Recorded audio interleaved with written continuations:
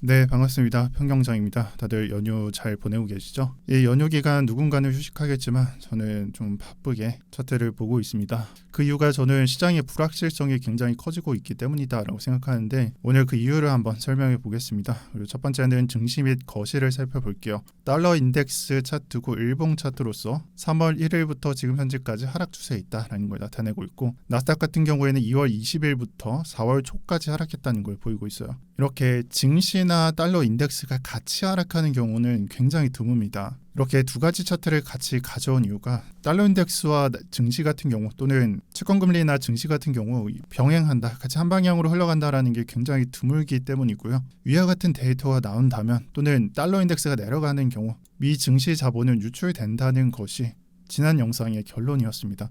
주로 신흥국 증시로 흘러간다거나 다른 쪽으로 흘러간다는 내용이 되겠죠. 그나마 다행인 점이 하나 있는데요. 미국 증시 같은 경우에는 달러 인덱스와 다르게 반등을 했고 4월 7일부터 지금까지 꽤나 많이 반등한 상태에 있다라는 것입니다. 아직은 상승 추세를 회복하기 전이라고 저는 말씀드리고 싶고 일단 급한 불은 껐다라고 말씀드리고 싶어요. 그렇기 때문에 향후에 달러 인덱스와 증시가 또다시 하락을 병행시키는 일이 벌어진다면 최근까지 있었던 하락보다 좀 더 큰, 정말 의미 있는, 예상할 수 없는 하락이 나온다라고 저는 생각합니다. 그래서 미래에 불확실성이 있다라고 표현을 드리고 있고 이러한 대목을 좀 읽고 있다라고 표현드리고 있고요. 결국 그렇다면 미래에 하락을 하냐 안 하냐 이 포인트가 중요한데 저는 이 부분은 신도 알 수 없듯이 의미가 없습니다. 점치는 게 의미가 없습니다. 또한 희망적인 부분을 더 말씀드릴게요. 최근자의 양적 긴축 속도를 느리게 할 수 있다라는 전망, 26년도 전망도 그렇고 최근자도 그랬고요. 상대적으로는 QE로도 해석을 할 수 있는 부분이 있겠죠. 요즘에는 미 M2니 아니면 글로벌 M2니 그런 부분을 비교하는데 연준의 0레포를 보게 되면 코로나 시기 때 많이 올라갔었고 지금 현재는 정상화된 이미 바닥을 드러낸 지 오래라는 것입니다. 만약 지금의 증시 분위기에서 0레포가 쌓여 있다면 굉장히 무서워할 거예요. 이 정도로 과감하게 돈을 풀고 있는데 상승을 멈칫거린다고? 라고 생각할 수 있겠죠. 하지만 지금 같은 경우에는 바닥에 있고 더 줄일 수 있는 부분이 없는 상태고 올라갈 수 있는 희망적인 부분이 있다라는 것이 그나마 희망적인 부분이라는 거예요. 그래서 지금 한 짧게 두 가지나 좀 더 남은 것들은 내년부터 서서히 시작되는 관점이나 아니면 아예 그냥 희망적인 부분이라고 생각되기에 저는 크게 생각하고 있지는 않습니다. 방금 말씀드린 것을 정말 짧게 더 정리를 해보면 증시와 달러 인덱스가 하락을 병행하는 것은 최근자 올해 초에 벌어진 일들 진짜 긍정적이지 못하고 투자 자산들 진짜 굉장히 많이 흔들릴 수밖에 없는 일입니다. 여기에 달러 인덱스는 단기적으로는 해당 수치를 방어할 것으로 보이나 좀 더 근거나 믿음이 필요해 보여. 근거가 있다면 최근자에는 달러의 N 환율이 140 값을 지켜준다 그런 것들이 되는데 더 많고 풍부한 믿음과 근거가 필요해 보입니다. 그리고 네 번째, 지금의 증시 상승장은요 빠르게 회복해야 된다라고 생각합니다. 물론 지금이 하락의 쐐기를 박는다 이런 부분들을 말하는 게 아니라 약세장이 장기화되면 안 된다라고 말씀드리는 거예요. 왜냐하면 21년도에는 고점 회복까지 2년이나 걸렸고요. 이런 것들을 봤을 때 약세장이 빠르게 회복되지 않았을 땐 역사적으로 아니면 데이터상으로 지켜보면 3, 4년짜리 횡보장이 나오기 때문에 증시 상승장은 빠르게 회복돼야 된다라고 4번에 말씀드립니다. 달러 인덱스도 그렇고 증시에서는 이 부분을 깰 수 있는 관점 또는 추세적으로도 믿음이 필요해 보인다라고 말씀드립니다. 제가 초반에 말씀드린 다른 많은 그냥 투자자들은 휴일이기 때문에 좀 휴식을 취하고 있겠지만 저의 경우에는 불확실성이 너무 크기 때문에 조금은 긴장하고 있고 그 긴장하고 있는 이유를 여기서 설명드렸고요. 더 길게는 안 들어가겠습니다. 왜냐하면 제가 해외 주식이나 증시 분석가도 아니고 이 부분에 대해서 저는 전문성이 없다라고 생각하기에 여기까지 말씀드릴게요. 지금부터가 비트코인입니다. 비트코인에서 뭘 말씀드리려고 하냐면 많은 분석들을 보다 보면 M2, 글로벌 M2나 아니면 미 M2 요즘에는 글로벌 M2를 많이 보는 것 같아요. 글로벌 M2가 최근자에 늘어나고 이 추세가 나쁘지 않으니까 많은 분석들이 비트코인도 상승할 수 있다라고 말을 하는데 저는 개인적으로는 다르다고 보거든요. 그 이유를 제가 예전에도 설명드렸지만 이 글로벌 M2나 미 M2나 그런 부분들이 18년도도 그렇고 코로나 때는 엄청 컸었고요. 증감률을 보게 되면 진짜 말도 안 되는 그 금액이 풀렸었거든요. 증감률 부분에서. 근데 지금 현재 이 상승이 선을 보게 되면 올라갔다라고 해서 그 증감률이 올라간 건 아닙니다. 과거랑 비교했을 때 얼마나 많이 올라갔느냐가 중요한데 돈이 더 많이 풍부해졌으니까 그런 부분들이 중요한데 현재는 그냥 미비한 상태다라고 저는 생각하고요. 물론 이 부분이 미래의 값이 앞으로도 이런 식으로 제한받을 것이다 라고 말하는 게 아니라 지금 현재가 터무니없이 작다라는 것을 말씀드리고요. 글로벌 M2 값으로 강세장을 판단하기에는 조금 이르다라고 생각합니다. 그래서 강세장이 나오려면 이전과 비슷한 코로나는 좀 무리일 것 같고 적어도 18년도처럼 이 정도로 올라가야 우리는 강세장을 맞이할 수 있을 것이다 라고 저는 말씀드리고요.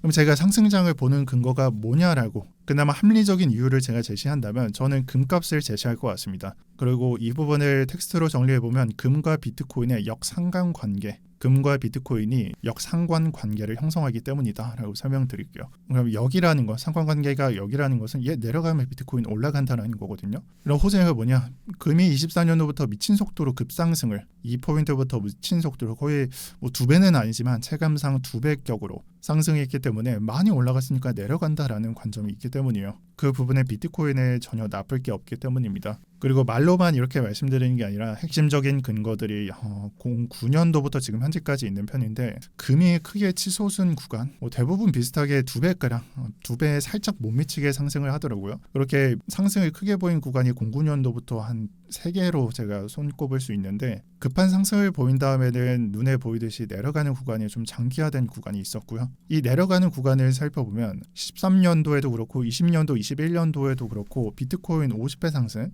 여기에도 비트코인 몇 배였더라? 한 5배 상승 20년도, 21년도에도 비트코인 5배 상승 이런 식으로 금이 하락할 때마다 상승이 나왔었습니다. 그리고 특징적으로 하락을 한 시점으로부터 2-3달 뒤에 상승이 시작됐다라는 거예요. 그래서 이런 특징적으로 차트적으로 금이 내려가고 비트코인이 올라가고 그래서 차트적으로 금이 하락하고 2-3개월 있다가 비트코인 상승장이 시작되기 때문에 금에서 비트코인으로 옮겨진다라는 표현이 나오고 있지 않나라고 생각하고요. 지금 위에서 축약한 걸 제가 자세히 풀어드릴게요. 금 주봉 차트입니다. 13년도로 예를 들면 12년도 말부터 금값이 하락을 했고 이 시점을 확대해 봤습니다. 이 하락한 시점을 보시면 12년도 11월인데 기간을 비교해 보면 3개월 있다가 비트코인이 상승장을 시작했다라는 걸 볼 수 있습니다. 그래서 $20에 불과하던 비트코인이 꽤나 많이 상승했던 13년도 차트고요. 18년도의 경우에는 조금 다른 차트인데 하락을 하기는 쉽지 않았고 왜냐하면 5년 동안 하락을 한 시점에서 약세장으로 횡보했던 기간입니다. 금 약세장 속에서 일어난 케이스라고 저는 말씀드리고 이때 같은 경우에도 27년도 4월부터 20배가량 상승했다라고 나타납니다. 1K부터 20K 근처까지 상승을 시켰죠. 유일하게 금이 하락해서 비트코인이 올라간 케이스가 아니고 약세장 케이스로 저는 취급을 하고 있고 21년도 케이스는 13년도와 같습니다. 20년도 8월부터 한 1-2년 동안 올려줬던 금값이 하락을 시작했는데 13년도와 마찬가지로 2-3달 뒤에 비트코인이 상승을 시작했어요. 그래서 금이 20년도 8월부터 하락을 시작했고 비트코인이 10월부터 상승을 시작합니다. 그래서 정확한 케이스는 아니지만 제가 그냥 콕 집어서 보았을 때 6배가량을 상승시켰고요. 금 하락한 이후에 2개월 뒤에 상승을 시작했어요. 그래서 20년도, 21년도 케이스는 13년도 케이스와 굉장히 많이 유사하다라고 평가할 수 있고 패턴적으로 금이 하락하고 2-3달 동안 금이 흐르고 횡보를 하고 비트코인 대상승장이 일어나더라라는 패턴적인 것들을 읽을 수 있고요. 그 다음에 지금 현재일 것 같습니다. 13년도에 금이 하락하면서 비트코인이 상승했고 17-18년도에는 예외적으로 약세장에서 비트코인이 상승했고 20년도, 21년도, 13년도와 비슷하게 하락을 하면서 2-3달 뒤에 비트코인이 상승을 시작했고요. 남은 건 지금 현재죠. 지금 현재 금이 2배가량 상승했는데 이 앞으로 어떻게 될 것인가가 퀘스천이에요. 특히나 최근 같은 경우 지금 마우스 포인트가 있는 곳이 최근 같은 경우인데 이게 추세가 화살표를 그리기도 되게 애매하게 그냥 치솟았어요. 투자자들이 굉장히 불안을 느낄 만한 요소가 많았고 금에 대한 수요는 올라갈 수밖에 없었던 상황이었기 때문에 그렇습니다. 그래서 저는 말씀드리고 싶은 게 금이 하락하는 차트를 예상해야 되지 않나라고 말씀드려요. 간단하게 말해보면 너무 많이 올랐으니까 네 맞아요. 전문적으로는 과매수다, 저항을 보고 있다라고 말하겠죠.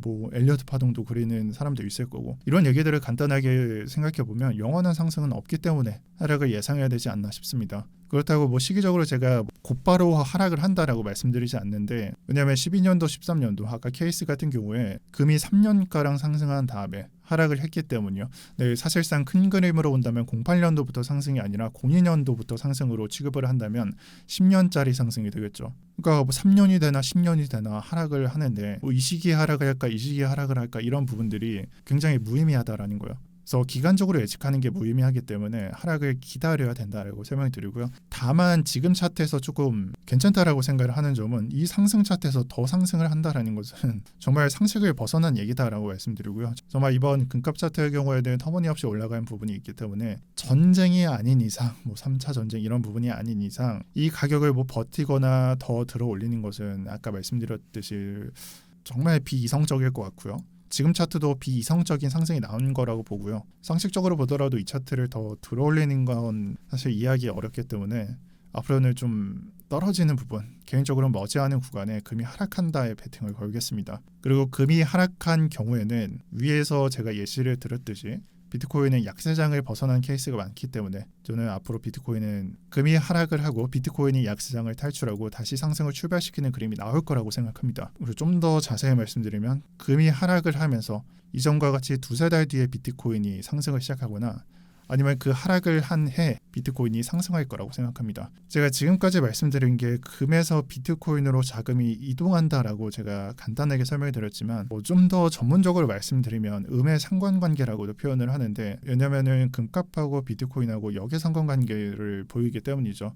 근데 저는 복잡하게 생각할 거 없다라고 말씀드리거든요. 그냥 결국에 우리가 투자하는 건 비트코인이기 때문에 금이 하락하는 게 좋다라고 설명드리고 싶어요. 그리고 차트는 그걸 증명하고 있다라고 설명드리겠습니다. 영상 여기까지고요. 제가 좀 빠르게 설명했는데 이해가 안 되는 부분이 있다면 댓글에 남겨주시고 지난 영상 피드백 한 번만 드릴게요. 지난 영상에서 중국이 이득을 보고 있다라는 부분이 있었습니다. 그래서 댓글에 이런 부분들이 나왔는데 한국 뉴스의 관점에서 본다라는 댓글이 있었어요. 제가 정확히 말씀드리면 저는 자료를 가져올 때 절반은 해외에서 가져옵니다. 그래서 뉴스의 경우에는 파이낸셜 타임즈라고 나와 있고 영국 뉴스입니다. 저는 영국 뉴스 중에서 미국에 관한 이슈들을 확인하는 편이고요. 이 뉴스에서 가지고 오고 싶은 부분을 가져와서 한국 뉴스에 맞는 거를 좀 뽑아서 쓰는 편입니다. 예상과는 반대이실 것 같고 이런 말씀까지는 잘 안 드리는데 중국 그렇게 좋아하지 않습니다. 직접적으로 피해를 입은 경우도 있고 중국 많이 좋아하진 않아요. 네, 그리고 영상의 댓글을 보면은 경제언어방이 소개되고 있고요. 멤버십이 있습니다. 경제언어방에는 제 관점을 올려드리는 방이고요.